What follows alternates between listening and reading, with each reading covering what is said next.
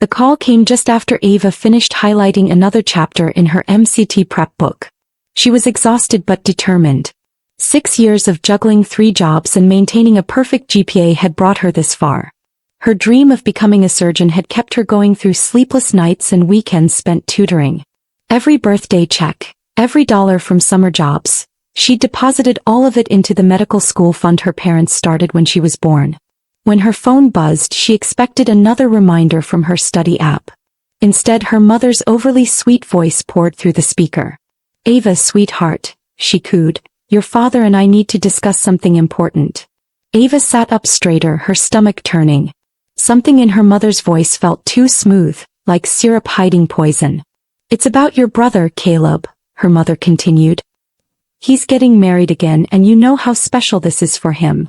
Ava's grip on her highlighter slipped. "The venue alone is quite expensive," her mother added softly. Ava's voice was flat. "Are you saying what I think you're saying?" Her mother hesitated before confirming it. "We've decided to use your medical school fund to pay for the wedding. Caleb deserves this chance at happiness. You understand, don't you?" Ava stared at the acceptance letter on her desk. A full-ride scholarship she hadn't even told them about. She'd earned it without their help, while they were busy organizing Caleb's 3rd wedding to a woman he'd known for just 4 months. "You're taking the entire fund?" she asked quietly. "Well, yes," her mother said as if it were obvious. "These things add up.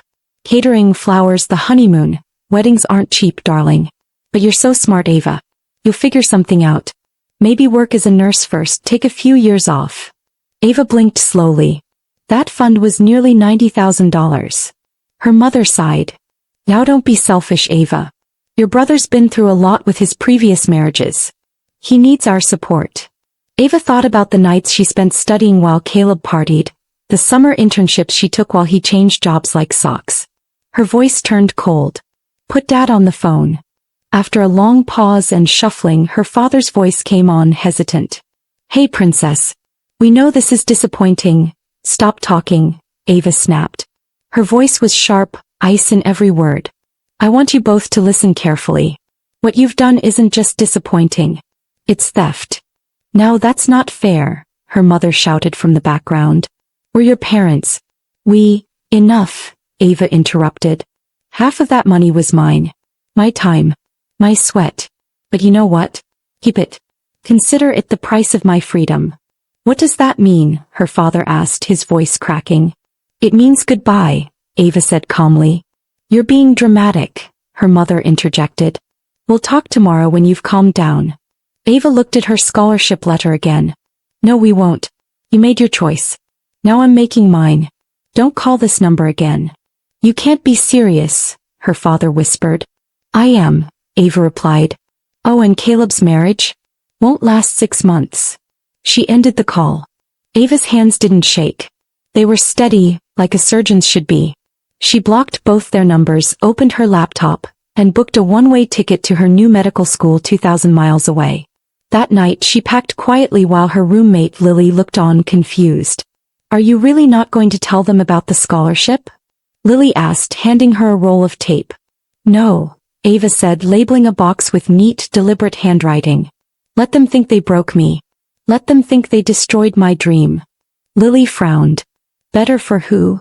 Ava paused, then looked her straight in the eye. "For me. Because one day they're going to need something from me. And when that day comes, I want them to remember exactly what they did." Lily shook her head. "That's cold, Ava." "No," Ava replied, sealing the final box. "That's karma." Ava was right about Caleb's marriage. It ended in a blaze of drama and debt after just 8 months. She heard about it through a mutual friend, who also mentioned their parents had refinanced the house to cover the divorce. Ava didn't reply. She was too busy building the future they tried to take from her. She dove headfirst into med school, specializing in neurosurgery. Her name started appearing in journals, conference programs, and academic forums. She graduated top of her class and began residency at one of the most prestigious hospitals in the country. Her white coat didn't carry her family's name. It carried her own. For years she didn't hear their voices. And she liked it that way. "You're going to burn out," Lily warned one night, watching Ava flip through anatomy flashcards at 2 a.m. They were in the hospital library, surrounded by coffee cups and empty granola bar wrappers. When's the last time you did something fun? Ava didn't look up. Yesterday. That cadaver dissection was fascinating. That's not fun. That's work. Lily leaned across the table. There's a new bar opening tonight downtown. Come with me. Just one drink. Ava shook her head. I'm assisting Dr. Harlow tomorrow. You mean observing? No, Ava replied, meeting her friend's eyes. Assisting. If I prove I'm invaluable, I won't just observe. That had become her motto. Prove herself. Again and again. While others took breaks on weekends or flew home for holidays, Ava stayed behind. She volunteered for extra shifts, assisted in emergency surgeries, and built trust with senior surgeons. Every successful procedure became a wall between her and her past. Every compliment from an attending added another layer. 2 years into residency, Lily pulled Ava aside in the hospital cafeteria. We're doing an intervention, she announced, taking Ava's tray. I'm fine, Ava replied, reaching for her notes. You're not. You've been running on fumes since med school. You need people. You need balance. Ava looked at her. I need results. Lily softened. Come to dinner at my place. No medical talk. Just food and real conversation. Ava started to refuse, then paused. Something in Lily's voice made her stop. Concern maybe. Or just someone who cared. That night, over wine and homemade lasagna, Ava let her walls down. She told Lily everything, the fun, the betrayal, the silence. Lily didn't interrupt. He just listened. When Ava finally finished, Lily poured another glass of wine. You know what's wild? She said. You still won. You became exactly who you wanted to be without them. Ava twirled a forkful of pasta, her voice quiet. Sometimes winning still feels like losing. Only if you don't let yourself celebrate, Lily said, raising her glass. To Dr. Ava, future neurosurgeon. Self-made and unstoppable. For the first time in years, Ava smiled without force. The years flew by after that. Residency was brutal, but Ava thrived. She earned a reputation for her steady hands and brilliant instincts. Attendings began asking for her by name on tough cases. One morning, as she walked past the nurses' station, she overheard 2 staff members whispering about Caleb. Third divorce before 35, one nurse muttered. His poor parents. Ava kept walking, expression neutral. But inside something shifted. Not joy exactly, just a quiet confirmation. Karma didn't rush. It arrived in its own time, wearing scrubs and carrying a scalpel. The day of the white coat ceremony arrived with a sense of triumph. Ava stood among her fellow residents, her friend Lily at her side, both waiting for their names to be called. Dr. Ava, the chief of surgery announced. She stepped forward, applause ringing out. As she crossed the stage, Ava caught a glimpse of her reflection in a nearby window, confident, composed, complete. Everything they'd said she couldn't be without their help, she had become. The ceremony ended with champagne and hugs. Lily embraced her tightly. You did it, Ava. You really did it. Ava's phone buzzed in her pocket. She assumed it was a message from a colleague. But when she looked at the screen, she froze. Her father's name blinked at her for the first time in 7 years. Lily noticed her expression. What's wrong? Ava didn't answer. The phone buzzed again. Then again. 3 missed calls in 2 minutes. Then came a message. Please. It's your mother. She had a stroke. It's serious. We need you. Ava stared at the text. After all these years, they needed the daughter they had discarded. It's my father, she said finally. They're transferring her to our hospital. Lily's eyes widened. What are you going to do? Ava's voice was calm. My job. She pressed the call button. Her father's voice cracked through the line. She collapsed this morning. They said your hospital is her best chance. Ava listened, took down the details and said, I'll review her case when she arrives. That's all I can promise. When Ava entered the chief's office, he was already reviewing the case. Dr. Ava, I want you on this, he said. It's a rare basilar artery occlusion, complex, risky. He pushed the scans toward her. She's being transferred from Memorial General. Ava didn't flinch. I'll take it. The chief raised an eyebrow. Review the scans first. This isn't routine. Ava picked up the images. The clot was severe. One wrong move could cost a life. When does she arrive? She asked. Within the hour. Families driving separately. The chief narrowed his eyes. You seem unusually focused. Every case matters, she replied. Ava stood at the ambulance bay when the stretcher rolled in. Her mother looked pale, unfamiliar. Tubes surrounded her and monitors beeped rhythmically. Ava performed the assessment with clinical detachment. BP's dropping, a paramedic reported. She's slipping in and out. Ava checked her reflexes, her pupils, her breathing. 7 years of silence vanished into medical protocol. A nurse appeared in the doorway. Her family's here. They want to speak to the surgeon. Ava didn't look up. Send them to the consultation room. I'll be there shortly. She stood for a moment, staring at the woman who had stolen her future. A thought flickered. One mistake and nature would take its course. Don't even think about it, Lily whispered behind her. She's just another patient, Lily added. You're better than them. Ava nodded and turned toward the consultation room. Inside, her father paced nervously. Caleb slouched beside a younger woman, probably his new wife. When Ava entered, they all turned. Her father stumbled backward, recognition hitting like a wave. I'm Dr. Ava, she said firmly. I'll be handling your wife's case. Ava, her father whispered. We didn't know, she cut him off. Her condition is severe. I need consent forms signed immediately. Caleb stood shakily. Can you save her? Ava met his eyes. I'm her best chance. Her father tried to reach for her hand. She stepped back. Sign the forms. Now. Outside in the hallway, the chief of surgery caught up with her. That reaction back there. Do you know these people? Ava didn't hesitate. No. I don't. He studied her. Can you handle this? You know I can. He nodded slowly. Then don't make me regret this. Ava returned to the ICU where her mother lay unconscious. BP's stabilizing, the nurse reported. Caleb barged in with their father, shouting, You disappear for years and act like this is normal? Ava didn't flinch. This is an ICU. Lower your voice or leave. We missed you, her father added quietly. Mr. Carter, Ava said coldly, your wife's condition requires immediate surgery.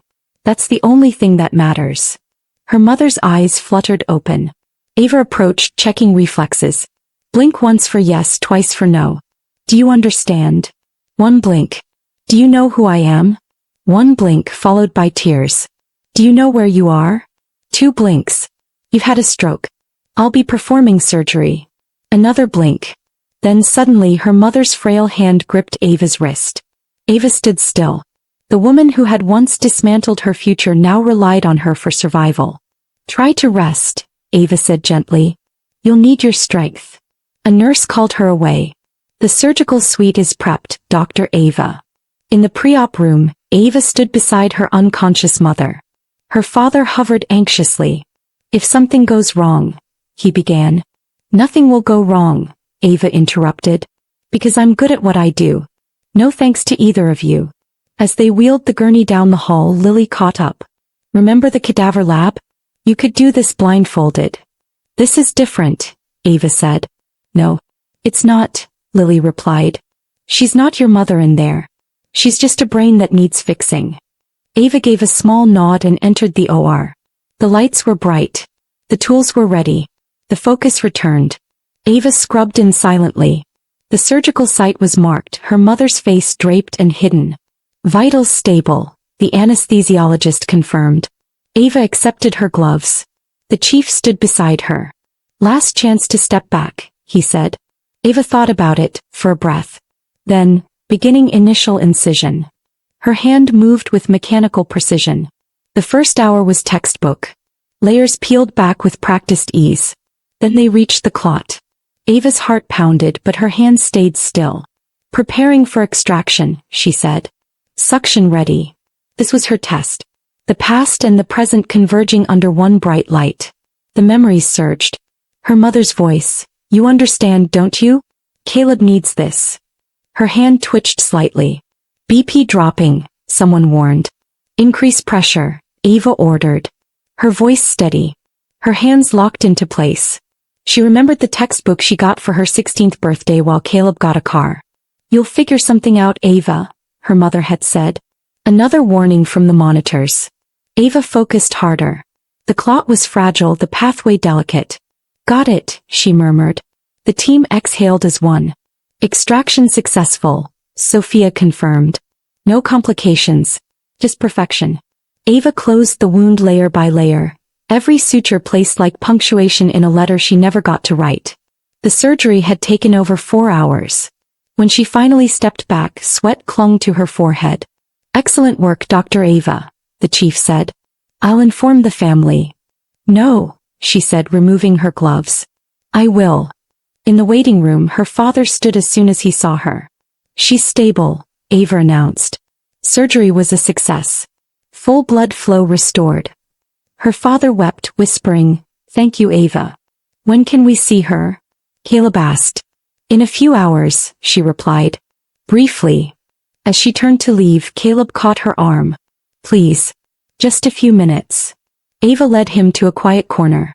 I found the acceptance letter after you left, he said quietly. I knew about the scholarship. Ava stared at him, expression unreadable. I almost told them, tried to make them see what they'd done. But I didn't. I was a coward. Yes, she said. You were. I let them baby me because it was easier. You chose comfort over character. He nodded. I'm proud of you, Ava. Always was. I just didn't know how to say it. He checked her watch. I have rounds. Then paused. But thank you. The next morning, Ava entered the recovery room. Her mother was awake. Speech therapy said you're improving, Ava said, checking her vitals. Try speaking.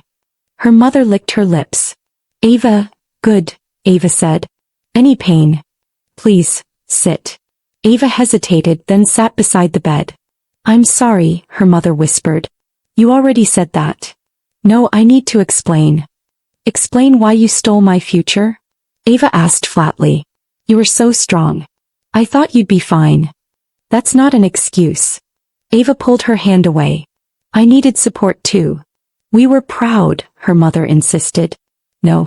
You were threatened, Ava replied. Because I didn't need your help. Her mother looked up, tears in her eyes. We followed your career. Every article, every talk. Caleb brought us everything. Ava paused. What? We were ashamed. But so proud. Ava laughed bitterly. Shame didn't stop you from calling when you needed a surgeon. Her mother nodded. We had no choice. They said you were the best. I am, Ava said. And you trusted the daughter you didn't believe in. Think about that. Tears rolled down her mother's cheeks. We were wrong. So wrong. Yes, you were. Ava stood. You'll recover fully. My job is done. Please, her mother pleaded. Give us a chance to make it right. You can't repay betrayal with apologies. Not that easily. It's not about the money, her mother said weakly. It's about trust. Love. Ava walked to the door. Love doesn't steal dreams. Love doesn't play favorites. We're learning, her mother whispered. Too late, Ava said. A knock interrupted them. It was Caleb. The nurses said she's talking, he said. She is. Recovery's on track. She'll need therapy. Will you stay? Her mother asked. Ava paused in the doorway. That depends. On what? On whether you understand I didn't save you because you're my mother. I saved you because I'm a doctor. That's who I am. With or without you. We know that, Caleb added. And we're sorry we didn't see it sooner. So proud, her mother whispered. Please. Ava looked at them both. Broken mother. Humbled brother. I have rounds, she said. But I'll check on you tomorrow. As your doctor. She hesitated, then added softly, and maybe with time as your daughter. Later that day, Ava stood on stage at a neurosurgery conference, delivering her keynote on ethical boundaries. A surgeon is faced with a case. The patient is her estranged mother. Does she proceed? She clicked to a slide showing pre- and post-op scans. The procedure was successful. But the healing came after. Fully. With conversation with boundaries. Not forgiveness, but recognition. Her phone buzzed. A message from her mother. Watched your speech. Thank you for letting us try to rebuild. Another from Caleb. Coffee tomorrow at 9? Ava typed back. Don't be late. She smiled. She wasn't defined by the past. He was a surgeon. One life at a time. Moral lesson. True strength lies not in revenge but in resilience. When others try to steal your future, build it anyway. And when they come back seeking healing, let your character, not their choices, decide the path forward.